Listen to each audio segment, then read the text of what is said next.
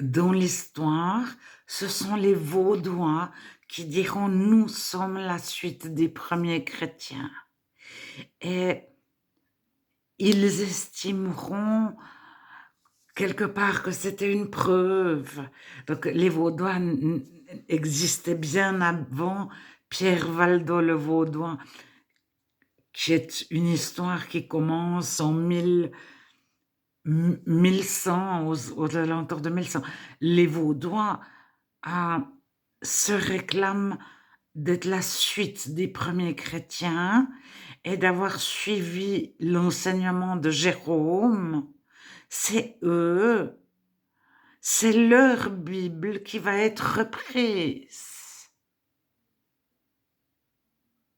Jérôme, il a fait la Vulgate, c'est-à-dire il a mis la Bible à la disposition de la foule. Vulgate, ça signifie foule, mettre à la disposition de la foule en latin. Ça vient de vulgus, foule. Vulgariser, rendre disponible à chacun. Donc, Jérôme avait de l'idée que chacun puisse lire la Bible dans une langue qu'il comprenait, qu'il parlait, de sa langue maternelle si possible.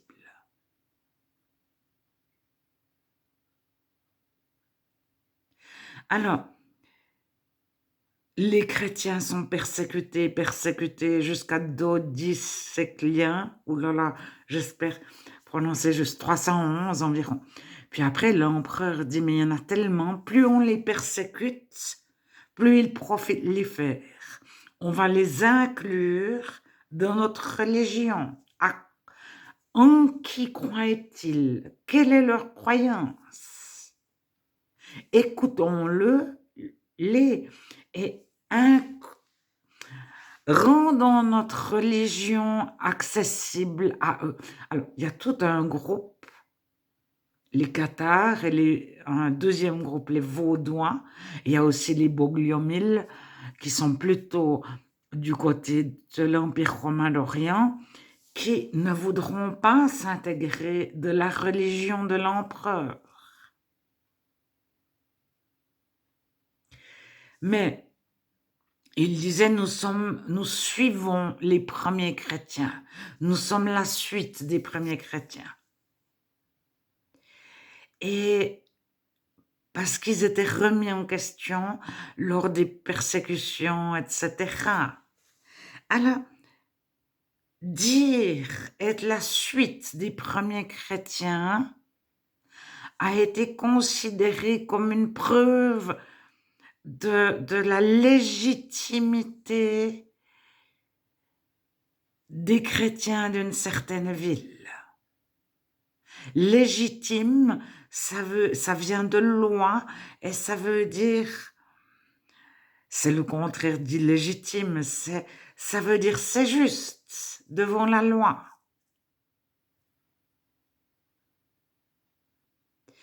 Alors, Antioche de Syrie, par exemple, il y a 2 Antioches de la Bible. Il y a Antioche de Syrie et il y a Antioche de Pisidie. Et Antioche de Syrie, c'est les premiers chrétiens et ils étaient nombreux, ils parlaient le syriaque. Alors, je vous ai parlé des manuscrits en syriaque et c'est un genre d'arménien. Alors, Antioche va se réclamer de Pierre et de Paul. Mais quand? Moi, je pense que l'apotarchie arrive. Parce que fallait se réclamer d'un plus grand apôtre que les autres. Alors, Jérusalem s'est réclamé de Jacques, le frère de Jésus, Jacques le Juste.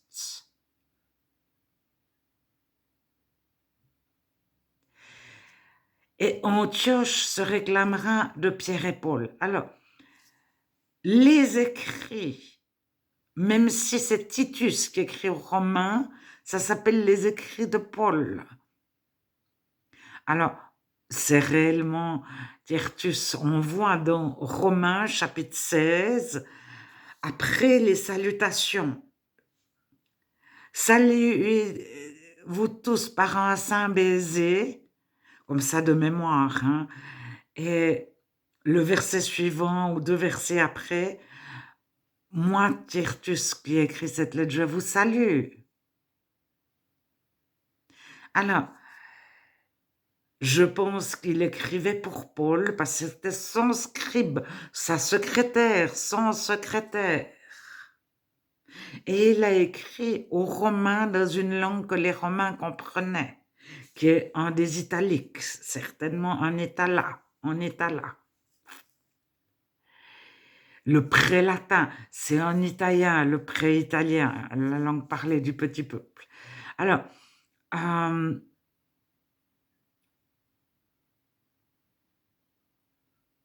c'était pour dire que j'ai dit dans ma vidéo précédente, les apôtres ont pris le pouvoir. Mais non, plusieurs villes, donc l'apotarchie par ordre alphabétique, c'est Antioche, Alexandrie, Constantinople, Jérusalem, Rome. 5 villes. Il fallait qu'ils aient un apôtre plus grand que les autres villes pour dire notre église de notre ville a été fondée par tel ou tel apôtre. Selon la tradition. Vous retrouvez ça aujourd'hui, c'est toujours écrit selon la tradition. Alors, je reste à Antioche, dans le livre des Actes des Apôtres. Lorsque Paul va à Antioche, il y a des anciens. Et les anciens voient Paul. Mais ce n'est pas du tout Paul qui est à la base de l'église d'Antioche de Syrie. Mais selon la tradition, c'est Pierre et Paul. Et vous avez énormément d'églises dans le monde entier qui s'appellent l'église Pierre et Paul, ou Saint-Pierre, Saint-Paul, ou quelque chose comme ça.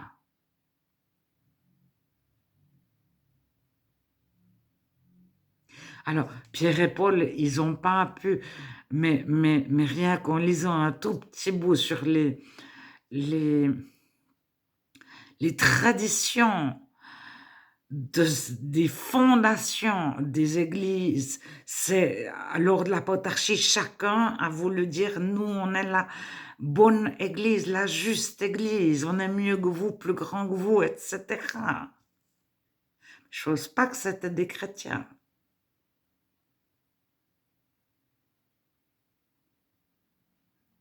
Et eux, si on les lit, juste quelques traditions, comment ont été fondées telle église de telle ville, il aurait fallu que Pierre vive 500 ans pour fonder autant d'églises dans autant de villes, y compris Paul et d'autres. C'est simplement pas possible. Alors, à un moment donné, lorsqu'on suit une tradition, on sait qu'il y a 9 chances sur 10 que ce soit arrangé. On en a conscience, on dit selon la tradition, et on sait très bien que ça ne veut pas dire selon la vraie réalité. Alors, les théologiens protestants, en tout cas, vont jusqu'à dire il n'existe pas la vraie réalité. On n'en a pas connaissance, on ne peut pas la retrouver.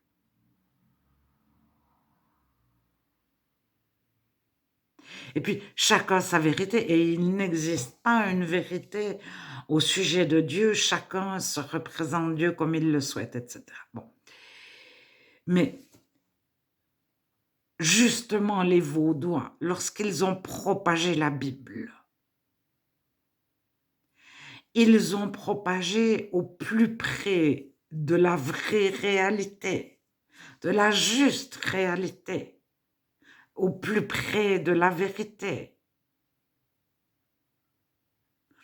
Alors, je viens de vous parler des conciles de 1431 à 1441, le concile de Bâle en Suisse, et puis Ferrare, Florence et Rome en Italie.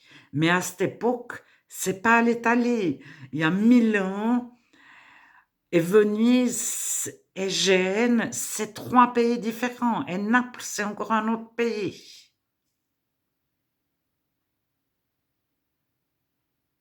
C'est-à-dire chaque région a un empereur et ils se font des fois la guerre entre eux.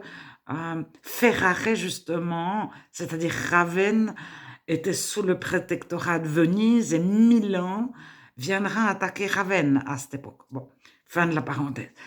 C'est pas ça l'important. Ce que je souhaitais dire, c'est qu'après ce concile, l'empereur Maximilien d'Espagne, qui est décédé en 1517-1519, il a commandité à Erasmus de Rotterdam, de retrouver la Bible, la première Bible. Donc cet empereur-là avait conscience qu'il y avait une première Bible à retrouver. Alors, Erasme est fils de copistes. Donc on est copiste de père en fils. Il sait tout sur les copistes. Son père est copiste au Vatican. Alors, lui, il ne va pas chercher dans les codex Alexandrinus, codex de Bèze, etc.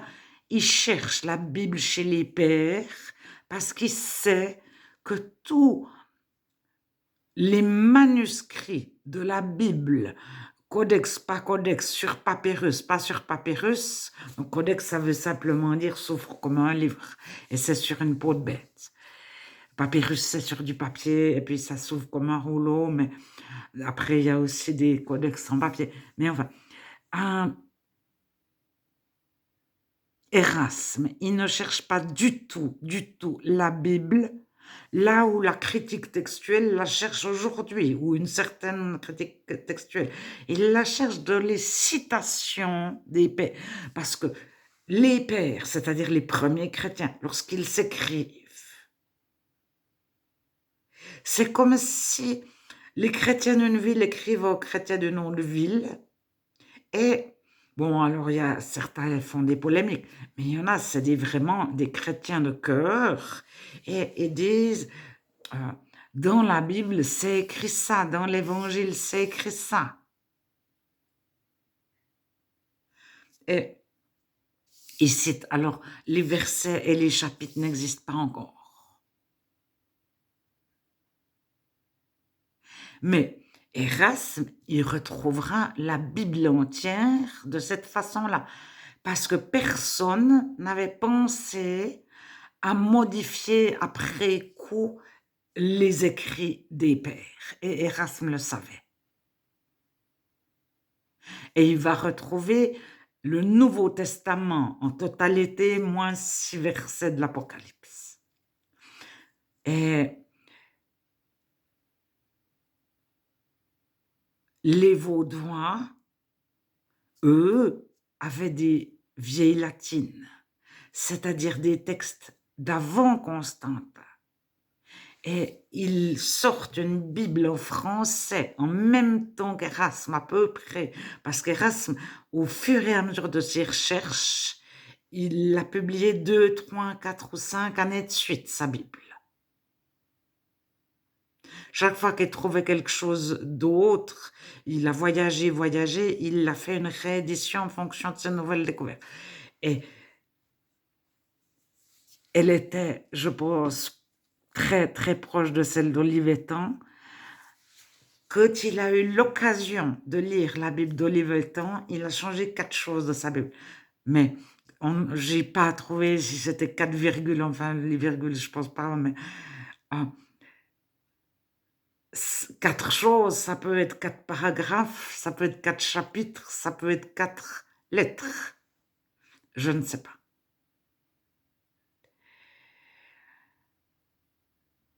C'est pour vous dire de garder confiance dans la Bible, elle existe. Cette Bible, elle a été répandue dans des langues qui ne sont plus parlées aujourd'hui.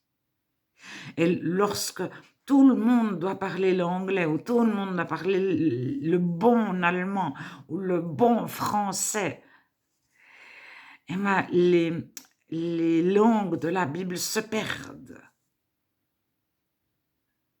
Et on ne sait plus déchiffrer. Moi, j'ai vu les théologiens, les chercheurs, lorsqu'ils disent « nous avons retrouvé de ces Bibles, certaines, elles sont tout petites, tout petites ». Ils ne parlent jamais du contenu. Ils disent « elles ne comportent pas tous les livres, seulement 3-4 livres ». Mais bien sûr que s'ils faisaient des Bibles minuscules, ben, ils mettaient 2-3 évangiles, les lettres de Paul, ou 2-3 évangiles, les psaumes, ou je ne sais pas. Et puis, ça ne voulait pas dire qu'ils ne croyaient pas à la totalité de la Bible. C'est aussi pour ça que les apocryphes ont été supprimés des Bibles protestantes. C'est pour la faire plus petite. C'est pas du tout une question de croyance. Et Jérôme dira que les deutérocanoniques sont non inspirés.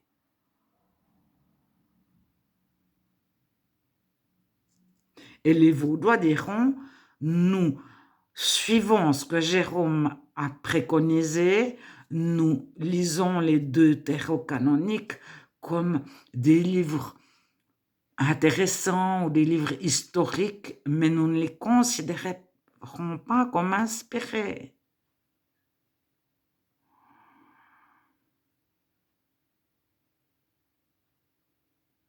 Alors, c'est pour dire qu'en fait, il y a toujours eu de toute l'histoire deux courants qui traduisent la Bible.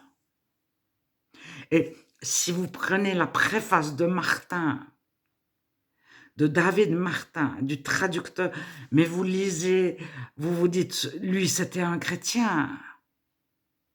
Et dans certaines préfaces de Bible, c'est un peu écrit, oui, certains croient ce qu'il y a écrit, enfin, vous vous dites, en tout cas celui qui a fait la préface ne croit pas en Dieu.